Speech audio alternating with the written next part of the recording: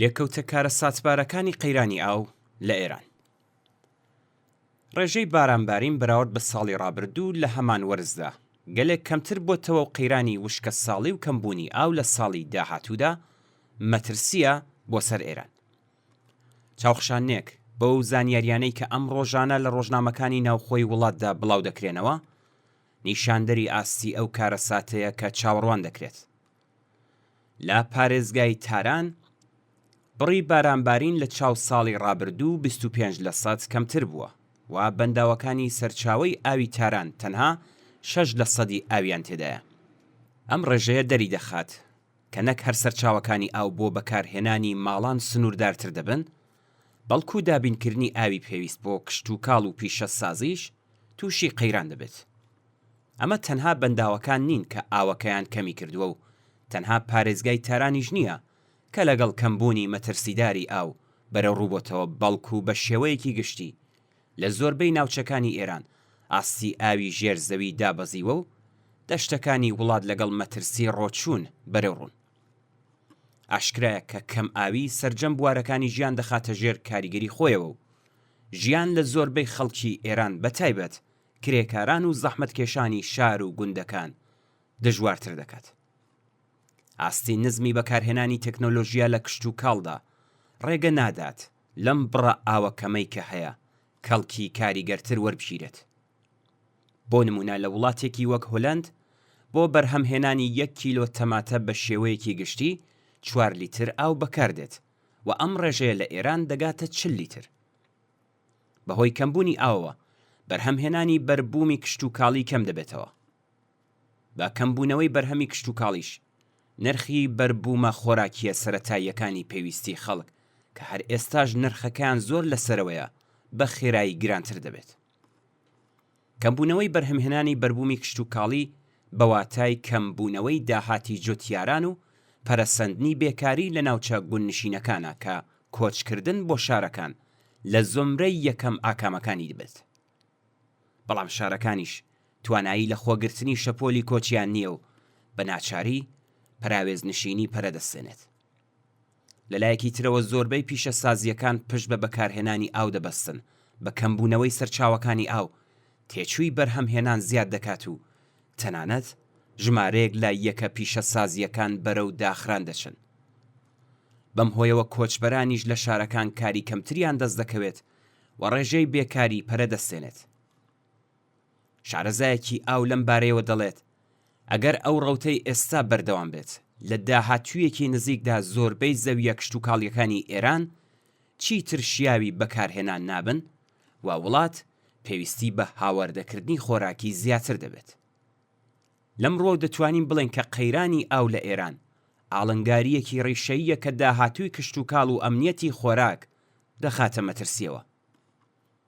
کەمبوونەوەی سەرچاوەکانی ئاو و خراپ بەڕێوەبردن بە گشتی بۆتە هۆی ئەوەی کە کشت و کاڵی ئێران لەگەڵ قەیرانێکی جددی بەرەوڕوو بێتەوە. پێشبینی شارەزایان دەری دەخات کە ئێران لە هاوینی ساڵی 1404دا یەکێک لە دژوارترین سەردەمەکانی کەم ئاوی خۆی ئەزموون دەکات.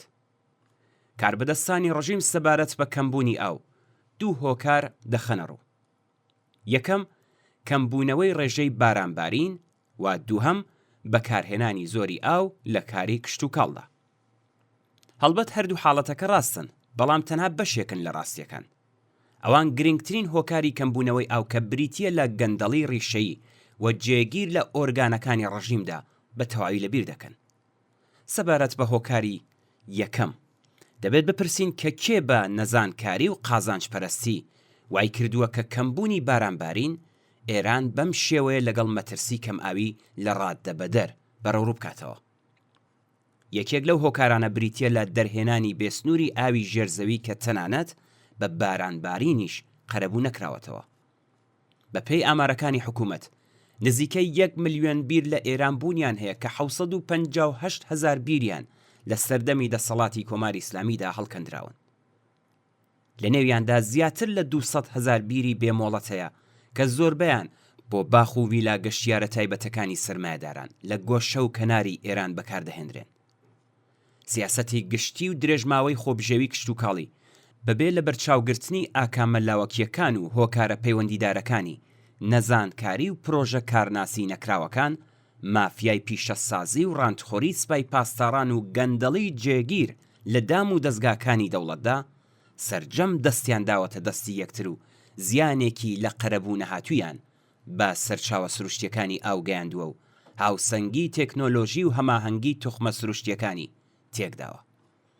ئەو چەند نمونەی خوارەوە هەندێک لە ڕاستیەکان لەم بابەتەوە ڕوون دەکاتەوە.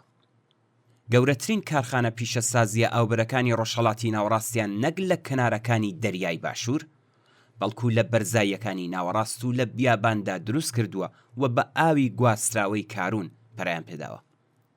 بەنداوی گەتوەند لە باشووری ئێران جگە لە تێچوویەکی زۆر بۆ دروستکردنی ملیۆنان مەتری سێجاخوێی شاخەکانی ناوچەی ئاوگری بەنداوەکەی لە خۆیدا تواندەوە و هەزاران هێکتار لە بەپیترین زەویە کشت و کاڵیەکانی پشتبەنداوەکەی کردووە بە شۆرەکات. بە پێیدان پێدانانی سەرچاوە حکومیەکان 30% ئاو لە ڕێڕەوی بۆری شارەکاندا بەکردەوە لە ناو دەچێت و هیچ هەوڵێک بۆ چاکردنی بۆریەکان نادرێت. واقعیەت ئەوەیەکە تا ئەو کاتێ ڕژیمی سەرمایەداری کۆماری ئیسلامی لەسەرکارە و نان، کار، شوێنی نیشتەجێبوون و ئازادی و ژینگەی خەڵکی بەبارم تەگرتووە، ئاسۆیەک بۆ چارەسەرکردنی ئەم جۆرە کێشانەی کە بەرۆکی بە زۆربەی هەرە زۆری خەڵکی ئێران گرتووە بەدی ناکرێت. ئەم دام و دەستگا ئیداریە گەندەڵەی کە ئەم ڕژیمە لە داوێنی خۆیدا پەروەردەی کردووە ناتوانێت بەرەنگاری کارەساتە سروشتیەکان لەوانە وشکە ساڵی و چارەسەرکردنی ڕیشەیی و پێک هاتەیی کەمبوونی ئاو بێتەوە. بۆ ئەم ڕژیمە کاری لە پێشینە بەردەوام بریتی بووە لە سەرکوتی خەباتی دادپەروەرانە و ئازادی خوازانەی جەماوەر و دەست بەسەر و زیندانیکردنی نایەرەکانی. ئەم ڕژیمە وەڵامی هیچ داخوازیەک بەبێ ئەوەی لەلایەن خەڵکەوە هەست بە مەترسیەکی جددی بکات ناداتەوە. ئێران لەسەر دەریایەک لە سامانی سروشتی هەڵکەوتووە. ئەگەر دەسەڵاتی سیاسی بکەوێتە دەستی خاوەنە ڕاستەقینە و بە تواناکانی واتە کرێکاران و ئەو شۆڕایانەی کە بە ئیرادەی ئازادانەی جەماوەر هەڵدەبژێردرێن، لەوەها وڵاتێکی خاوەن سەروەت و سامانی زۆر و زەوەند و هێزێکی کاری لێهاتوو داهێنەرانەی بێپایان، بێگومان ئەو کێشانەی کە ژیانی ئەمڕۆی زۆربەی کۆمەڵانی خەڵکی بەم شێوەیە وێران کردووە چارەسەر دەبن.